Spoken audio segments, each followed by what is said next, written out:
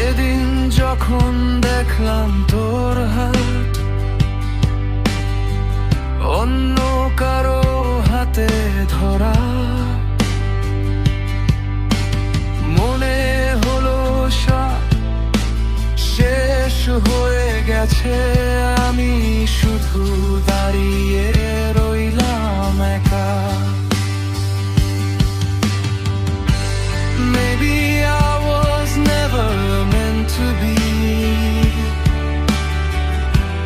just a chapter in your story, but you were everything to me. Oh, my unfinished melody.